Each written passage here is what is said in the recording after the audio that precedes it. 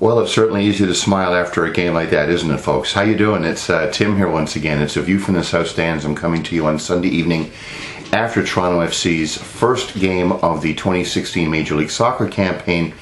Dare I say, an emphatic 2-0 win against the New York Energy Drinks in New Jersey.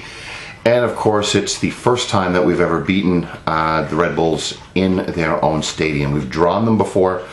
We've beaten the Red Bulls at the Meadowlands, but we've never won in Red Bull Arena, so it's nice to get that monkey off our back. Now, I've titled this episode New Beginnings, because that's what this is. It's a new beginning, it's a new season. Before I get into the game, I just want to say a couple of things about what we're going to be doing in this space over the coming year. I'm going to be doing these post-game video chit-chats with you guys after every game, home and away. The plan is to try to do them the day of the game. Sometimes life gets in the way and it'll be the day after, but the hope is to get them done the very same day. I also want you to take a little look around the website. My colleague Scotty, the heart and soul of this project, has done a wonderful job in redesigning the content of the page, and there's a lot of great information if you dig around. There's photo blogs, there's referee stats, there's coaching stats. There's the occasional article, a lot of, and my videos. There's a lot of things for you guys to check out in this space going forward. So my commitment to you is to keep doing these as long as I can after every game, home and away. Now I'm going to try to be brief today because I don't really have a lot to say about this game immediately afterwards. I think I'm going to need some time to sort of suss it out. As to exactly how I feel about what I saw today, because there's so much to chew on, whether it be the new formation, the 4-3-3, whether it be Greg Vanney being on the hot seat, whether it be some of the newcomers, Irwin, Moore, Endo, Betashore, all of these players that actually stepped up and looked pretty good today. There's a lot to suss out and a lot to talk about from this game, but I really want to talk about just a couple of very brief things. When I was watching the game, a couple of players stood out for me. And in no particular order, I want to start with our new goalkeeper, Clint Irwin. One of the things about, you could go back to Stefan Fry, I think, at this point. But you look at your Stefan Frys, your Chris Konopkas, your Joe Bendix. All three of those guys were very good shot stoppers. Very good technicians when it comes to saves, but I think all of them had serious flaws in their game, whether it be marshalling the back line, whether it be communicating with their colleagues, whether it be ball distribution, take your pick. All of them had sort of flaws in their game. Irwin today not only didn't put a step wrong, but he looked the calming influence that we all hope he can be going forward, and I'm sure we'll be talking much more about him going forward. And one thing that I've talked about in this space countless times is if only TFC had an average defense in the last couple of years, how good a team this would be. Whether we have an average defense, a poor defense, a terrible defense, a good defense, a great defense, I think obviously one 90-minute game where everybody has some cobwebs on them, whether it be TFC or the Red Bulls for that matter, it's very difficult to sort of judge long term where we stand. But the one observation I want to talk about defensively is the relative calmness that I saw today. Kristen Jack, the television analyst for TSN, was talking about how, and he had a very interesting piece of insight about maybe 50-60 minutes in, when the Red Bulls were having a really good turn of possession. They were knocking the ball around and they were playing really well in the offensive end versus the Reds. KJ basically said that, there's always these sort of periods where home teams grow into the game, and it's up to TFC now to weather that storm and see if they can come out the other side and nick a point, maybe even nick a win. They got through it.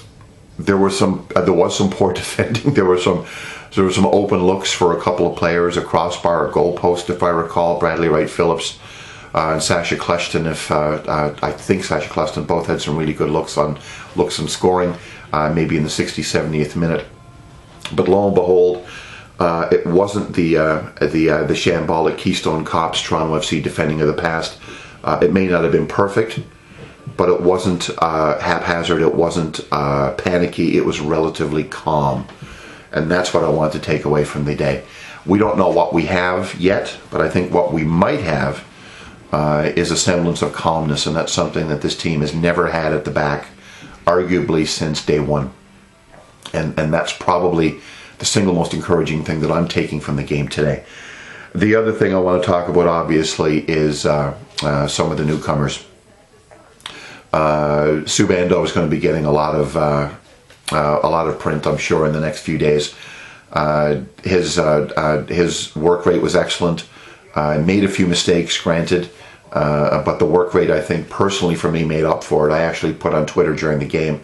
I love the graft. I love the shift that kid was putting in. He was done for at the end, but it was really good to see not only his hard work in training camp paying off with the start, but also him not sort of letting the occasion get in the way of a good performance. I think obviously he remembered what got him there, which was his work rate, his ethic, and his professionalism as a young man. So by all accounts, he's a good citizen, and let's hope that continues. And it was really interesting, almost ironic in a way, that the one player that we bring on for Endo, the closest maybe to a like for like, was young Marky Delgado. And what does he do? But calm as you like, get into space, have a 20-yard run at an all-star goalkeeper, slot the ball away, and bang, it's 2-0, and we're celebrating. Wonderful, absolutely wonderful. Irwin, a really strong game. Endo, another really strong game. Drew Moore, you hardly heard his name today, and I think that's just the way he probably wants it as well. Again, it seems that him and Irwin did a really good job in the center of the park of keeping things calm and collected. And of course, Seba Javinko, a goal and an assist, right back where he left off against the Red Bulls and against some other teams in 2015, minus of course the 3-0 in Montreal, which we'll never speak of again in this space. So a couple of other quick things I just want to pass along as observations, and then I'll let you guys get on with your week. Had a look at BMO Field a couple of times this weekend. Was at the X for an event Saturday, and was there of course today. TFC graciously invited me and a few of my closest family and friends down to Atlantis nightclub to watch the game, the TFC kickoff party. I want to say thank you to the club for inviting me, giving me a chance to meet my idol Danny Dichio and get a photo with him. Was really fabulous as well. Geez, I'm like a bloody schoolgirl around Danny Dichio. I can hardly speak when I see the man. And a great spread and a great result, and I want to thank them for that. But going back and forth to Ontario Place, had a look at the soon-to-be opened and renovated BMO Field. I really hope that the roof on the south end of the stadium, I can't really call it more than an awning at this point, because it's completely unenclosed from the back. The gap between, like, okay, so let's say here is the concourse, there's the field right there at the bottom. Here's the concourse, there's the field, and here's the roof. Okay, so there's a huge gap between, say, there and there that's wide open. It's not going to cover us from the elements. It's going to give us a tiny little bit of shade. I hope that there's some sort of a fencing or a tarp or something that's going to be going up at the back to make that fence on, make that roof, I should say, on the south end, not only keep the rain out and keep the snow out, but also keep the noise in as well. And the only other thing I want to actually say is my big fear in this season is Greg Vanney. I think today he covered himself with a lot of plaudits, and he's given himself, a good start to the season. And I hope that he's the coach at the end of the season rather than fired in the beginning, because if he's the coach at the end of the season, that means that the Reds have had a good year. But again, early days, remains to be seen.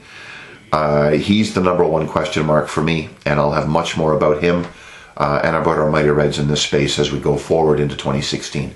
I want to thank you very much for watching. I hope the cobwebs were not too bad in this episode. Hopefully I'll get my sea legs back as we go forward together into 2016. I want to thank you very much for watching. Have a lovely week, and I'll have another video blog up after TFC's next trip, ironically back to New York City next weekend when they play Patrick Vieira's NYCFC. Thanks for watching.